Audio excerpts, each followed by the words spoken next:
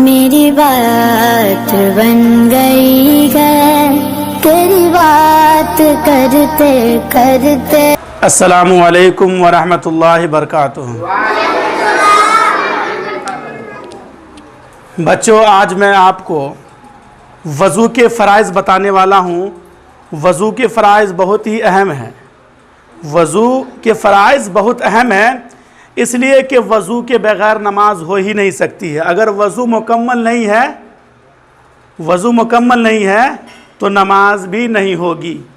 यानी कहने का मतलब ये है कि नमाज पढ़ने के लिए सबसे पहले वज़ू का मुकम्मल होना ज़रूरी होता है। तो वज़ू के मैं फ़राइज़ बता रहा हूँ और वज़ू का तरीक़ा इंशाअल्लाह किसी दिन और बताऊँगा कि वज़ू के फ़राइज़ के बग़ैर नमाज होगी ही नहीं। अगर किसी ने वज़ू के फ़राइज़ को अदा नहीं किया, उसमें से अगर कोई भी एक फ़र्ज़ छूट गया तो उसकी वज़ू नहीं होगी और नमाज़ पढ़ेगा तो नमाज भी नहीं होगी और उसे दोहराना पड़ेगा। उसे क्या करना पड़ेगा? दोहराना पड़ेगा। यानी अगर ये जो फ़राइज़ है उसमें से एक फ़राइज़ भी अगर छूट जाए तो उसे दोहराना पड़ता है। तो आइए बताते हैं कि वज़ू के फ़राइज़ कितने हैं।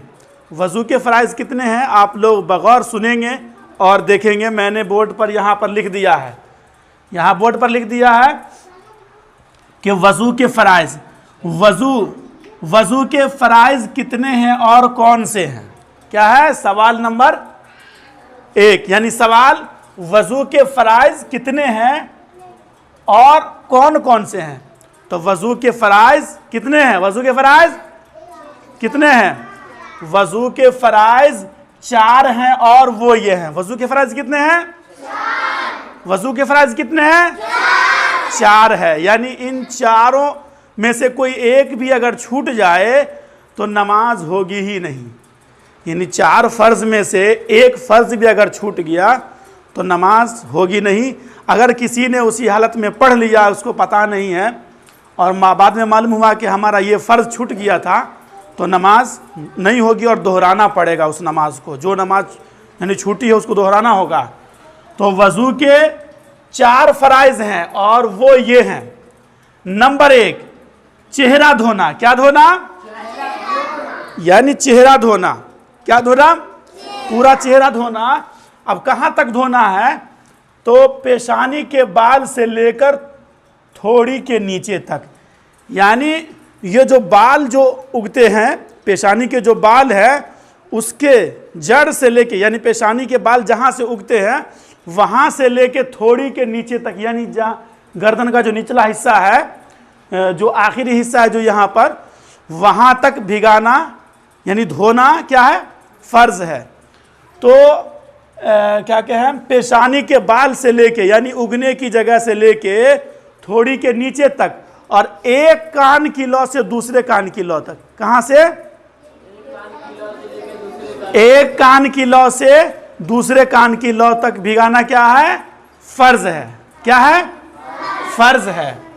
यानी पेशानी का जो बाल है, यहाँ जहाँ से बाल उग रहे हैं, जहाँ से बाल उगते हैं वहाँ से लेके एकदम थोड़ी के नीचे तक और एक कान की लौ से दूसरे कान की लौ तक ये भिगाना फ़र्ज़ है। अब आइए दूसरा क्या है? दूसरा कौन है? तो दूसरा नंबर है कहनियों समेत दोनों हाथ का धोना। क्या है? कहनियों समेत दोनों हाथ का धोना। ये जो कहनी है आपको मैं खोल के बताता हूँ। ये जो कहनी है यहाँ से लेके यहाँ तक, जो ये कहनी है यहाँ तक यानी यहाँ से लेके यहाँ तक धोना क्या है? दोनों हाथों का धोना। दोनों हाथों का धोना क्या है? फ़र्ज़ है। कहनियों तक यानी इसके ऊपर से हम धुलेंगे। अगर नीचे धुलेंगे यहाँ छूट जाएगा तो फिर वज़ू फिर भी नहीं होगा। अगर यहाँ से लेके, अगर यहाँ नहीं धोएंगे, यहाँ ऊपर तक नहीं धोएंगे और यहीं तक धोएंगे तो हमारा वज़ू नहीं होगा। अब और तीसरा नंबर क्या है?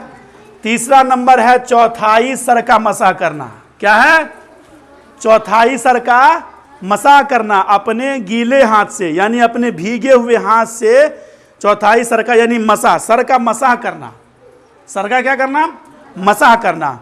मैं वज़ू के तरीक़ा में मैं बता दूंगा कि कैसे वज़ू किया जाता है, कैसे क्या किया जाता है। तो चौथाई सर का मसाह का नहीं, इस सर का मसाह करना। अब है नंबर 4। तो नंबर 4 में है टखने समेत दोनों पाँव धोना। टखने समेत दोनों पाँव धोना। जैसे यहाँ जो है टखना दोनों है ना, दोनों टखना यानी दोनों पाँव के दोनों टखना समेत क्या है, पाँव धोना। दोनों टखना समेत दोनों को पाँव धोना, समझ गए। यानी टखने समेत दोनों पाँव धोना। तो दोनों पैर जो है जहाँ पर टखना है वहाँ से हमें धोना क्या है, फ़र्ज़ है।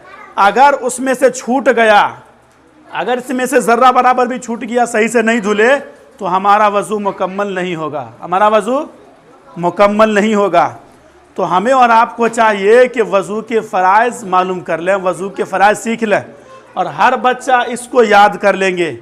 हर बच्चे से सुना जाएगा, हर बच्चे से सुना जाएगा।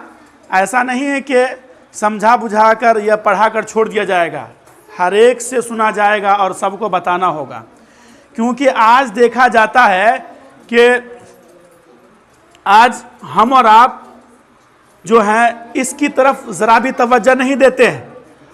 यहाँ तक कि हमें नमाज़ पढ़ने का तरीक़ा तो मालूम नहीं है और वज़ू का भी तरीक़ा नहीं मालूम है, इसलिए कि हम लोग सीखना ही नहीं चाहते हैं। अभी इतने बड़े बड़े बच्चे हैं, इतने बड़ी बड़ी बच्चियाँ हैं, इन लोगों को वज़ू का सही से तरीक़ा नहीं मालूम होगा। तो हर बच्चे को ये सीखना ज़रूरी और लाजमी है। तो सीखेंगे ना आप लोग? वज़ू के फ़राइज़ कितने हैं ये याद कर लेना है, और मैं इंशाअल्लाह वज़ू का तरीक़ा भी आपको बता दूंगा। वज़ू का तरीक़ा भी बता दूंगा कैसे वज़ू किया जाता है, और उसके बाद फिर गुस्ल कैसे किया जाता है, गुस्ल के फ़राइज़ क्या हैं वो भी इंशाअल्लाह आपको बताया जाएगा। तो आप तमाम बच्चों से गुजारिश है कि इसे आप याद कर लें और याद करके अपने उस्ताज़ मोहतरम को सुना दें। तो बच्चों, तो सारे बच्चों की ये है कि हर बच्चे इसको देखकर या पढ़वा कर किसी से याद कर लेना है। दोस्तों, अगर आप YouTube पर अगर देख रहे हैं मेरी वीडियो को, तो मेरी वीडियो को लाइक, शेयर और कमेंट करें। और इसी तरीके से और भी अगर वीडियो अगर देखना चाहते हैं, इसी तरह का अगर मसाइल देखना चाहते हैं, और भी जो आपको मसाइल लगे कि हमें ये सीखना है, तो आप कमेंट बॉक्स में आकर कह सकते हैं कि हमें ये मसाले पर बताएं। इंशाअल्लाह आपको बताया जाएगा। और वीडियो को लाजमी दूसरों तक शेयर करेंगे ताकि इससे दूसरे लोग भी फ़ायदा उठा सकें। अस्सलामु अलैकुम वरहमतुल्लाहि वबरकातुहू।